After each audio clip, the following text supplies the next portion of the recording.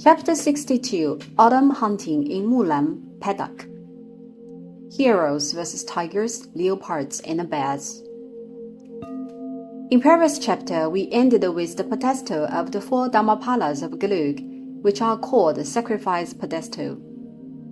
We will serve a story in this chapter, so please just relax and enjoy. The east side hall of Faren Hall was called Hall of Ghosts and Spirits before the liberation. The pedestal enshrining the Vajrabharava and the four Dharmapalas was called Sacrifice Pedestal. Something has to be sacrificed as the name goes, right? Otherwise, it is unworthy the title.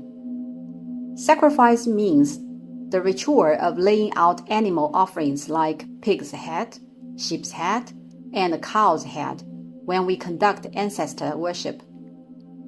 However, for such a hall enshrining the four Dharmapalas of Gelug, you certainly cannot take such ordinary articles to cope with the ritual, right?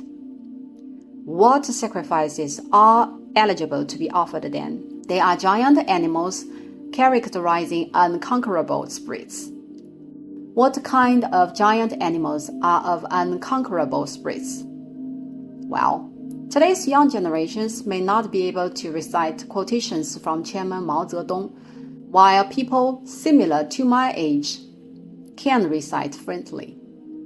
There is a poem from Poetry of Mao Zedong called Heptasyllabic Verse Winter's Clouds, 七律冬云, which contains the verses as follows. Facing beasts like tigers, leopards, or bears, only heroes would hold a firm morale and unshakable ambition. 独有英雄驱虎豹，更无豪杰怕熊批. Four giant animals are mentioned in the two verses, which are utilized to correspond to the heroes. These four kinds of animals are esteemed as the heads of their kind in wild nature, and the heroes are the conquerors of these four animals, and they face them fearlessly and indomitably. The sacrifices in the hall of ghosts and spirits are exactly these four giant animals: tiger, leopard, black bear, and giant brown bear, which were all originally laid out in place. But only two sacrifices are remained presently, which you may see. Two giant animal specimens are under the windows of the east side hall. One is the specimen of a black bear, and the other is a giant brown bear. The other two specimens that should have been here were gone. In addition, upon restoration, the specimens of the two bears are no longer vivid. They are not like what they should be. Instead, they are more like Kumamon, the moss cat of Kumamoto Ken, Japan. I feel they look so ugly for every glance taken that my outrage is provoked and beyond. As black bears are familiar to us, what are giant brown bears? Giant brown bears are actually of bigger size, inhabiting in northeastern China. They can stand as humans do. Their hind legs are longer than the forelegs. It also bears a name called human-like bear, which implies that they are in super big shape. Before the repairing of the four sacrifices, there were four costumed figures standing in front of the four animal specimens, four figures costumed with a yellow mandarin jacket. These four figures portray four real persons in history. Well, due to the small size of the hall, which is true as we see, the tiger and the leopard specimens are gone. So are the four figures. However, four giant sacrifices and the four elite of tiger hunting brigade have ever been erected in the hall, and the four figures in glaring yellow mandarin jacket were historically the true subordinates of the Qianlong Emperor, four elites of tiger hunting brigade. The sacrifices in the hall of ghosts and spirits, the tiger, leopard, black bear, and giant brown bear, are actually the praise of the hunting by the Qianlong Emperor. As long as you watch the palace teleplays of Qing Dynasty, It is quite understandable that there was a tradition of autumn hunting in Mulan paddock, 木兰秋显, of the Qing emperors. 木兰秋显 refers to going to the Mulan paddock to hunt. Where is the Mulan paddock then? It is located in the Weichang County of Chengde. That very county is presently titled as Weichang, as it was. There is a resort called Saihanba National Forest Park today, which is exactly that hunting field. The emperors of Qing dynasty would leave Beijing city every summer for summer escaping by staying at Chengde Imperial Summer Resort, which is located in Chengde. And he would hunt in Mulan Paddock, which lies in the northwest of Chengde in autumn before his return to Beijing. In other words, he would not go back Beijing until the excursion is over. What a life! Hunting didn't matter in ancient China due to the fastidious lifestyle. Hunting in the 4 seasons are namely with different verbs by the ancients. 秋显 is applied to the autumn hunting. 春搜 spring hunting. 夏苗 summer hunting. 冬狩 winter hunting. Why is that? Since autumn is a season of harvest in nature, the emperor would hunt. Let's take a close look at the activities of the emperor. The earth is to be honored on the summer solstice. The heaven is to be worshipped on the winter solstice, and the hunting is to be conducted in autumn, all of which are to obey the natural law. This regulation, as the Manchu need to remember the skills of horse riding and shooting, started from the 20th year of the Kangxi Emperor, 1680 CE.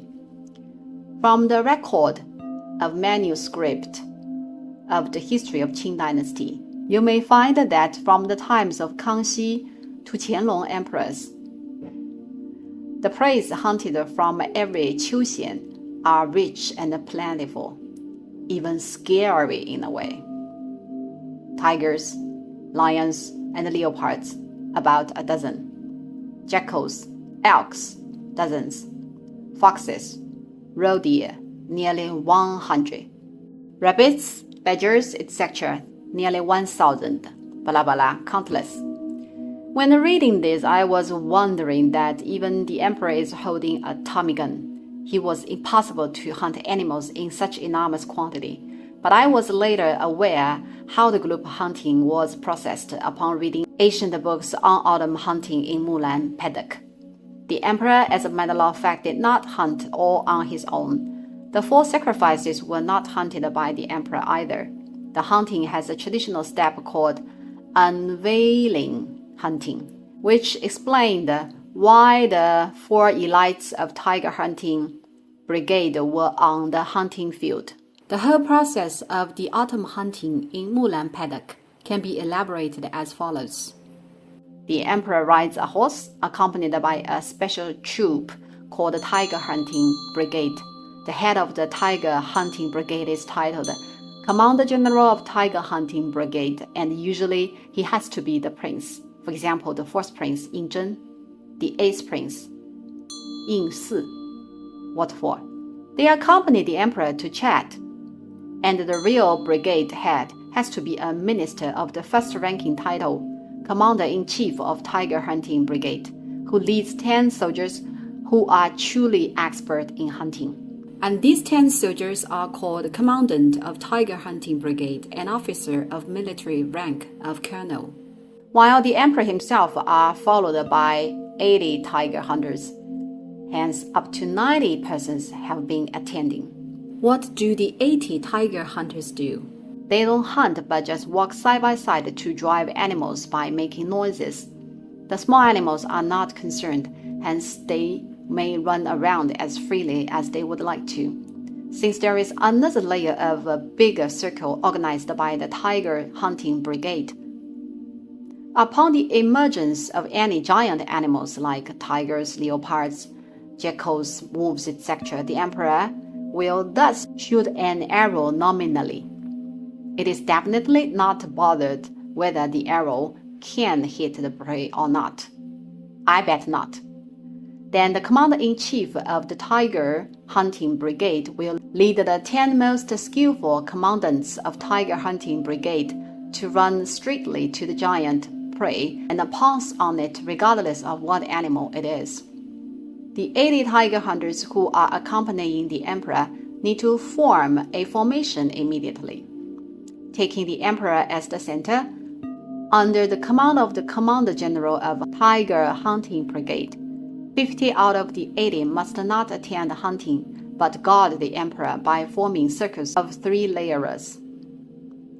The 50 tiger hunters form the rings. How about the remaining 30? What to do next? They are formed to a matrix of 3 rows, which separate the giant animal from the emperor in encirclement. And of course, there should be distance in between. Each row of 10 tiger hunters are the defensive line, which functions the separation the emperor from the animal on one hand and coordinate with the other 10 who are pouncing on the giant prey on the other hand. Why is such a matrix of 3 defense rows necessary?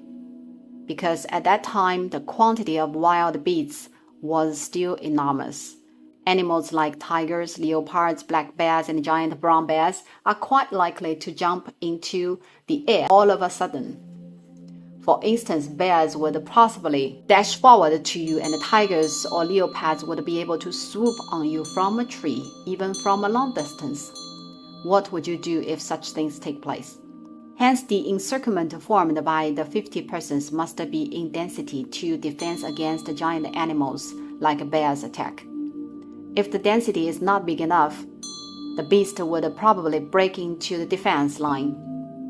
In addition, these 3 defense lines should be kept with certain distance to prevent the animals from swooping and meanwhile shoot the prey with javelins. The real hunting ones are merely these 40 persons of the tiger hunting brigade. Anyone who manages to shoot the prey wins the first-class merit, and the shooting is called the headshot. If the first shot does not kill the prey, second shooting is followed, which is called the second shot, and the shooter wins the second-class merit. If 2 shots have not killed the animal, there was no reward for the third shot, as the animal should have been on the verge of death even if it is alive. For such case, eventually the hunters will besiege the prey in a stampede and stab it to death chaotically. When the emperor is hunting, the periphery consisted by 480 soldiers of tiger hunting brigade forms a super big encirclement. As long as the giant prey is killed, they will rush headlong and collect all the small animals like foxes, rabbits, and badgers, and so forth. According to anthology of Qing Dynasty, hunting with the emperor unseen in person is all called imperial hunting. During the imperial hunting, whoever hunts whatever animals are hunted, all the prey will be accounted under the name of the emperor. Hence, the quantity record of prey of the autumn hunting in Mulan Paddock in Huidian of the Great Qing Dynasty is scary, from several hundred to some 1,000. Thus, the 4 heroes standing behind the specimens of the tiger, leopard, black bear, and giant brown bear in the east side hall of Faren Hall are the 4 elites of tiger hunting brigade, subordinated to the Qianlong emperor. They were the heroes who threw the headshot or the second shot when attending the hunting with the emperor. They are extraordinarily brave. And the 4 sacrifices, the specimens of the tiger, leopard, black bear, and giant brown bear, hunted nominally by the emperor, were indeed killed by these 4 heroes. Why does Faren Hall display such weird exhibits? It is relevant to the 4 Dhammapalas of the east side hall. As seen in the east side hall, the 4 Dhammapalas are all of tantric yab-yam postures, which implies the subduing of Mara's daughters by the Satyadevata and therefore essentially refers to the conquering of desire. The image of the evil subduing by deities and Buddhas is exactly the portrayal of the Satyadevata. Well, Who then on earth is responsible for evil subduing? Isn't it the 4 elites of tiger hunting brigade who conquered beasts? Well, corresponding to the process of the evil subduing by deities and Buddhas, the 4 elites of tiger hunting brigade, subordinated to the Qianlong Emperor, conquer all the 4 giant beasts, the tiger, leopard, black bear, and giant brown bear. Thus, the display of the specimens of the 4 animals is the understanding and the development of the doctrines of Satyadevata's tantric yab-yam postures by the Qianlong Emperor himself. That's all for the east side hall of Fa Ren Hall. Now we may walk out of it.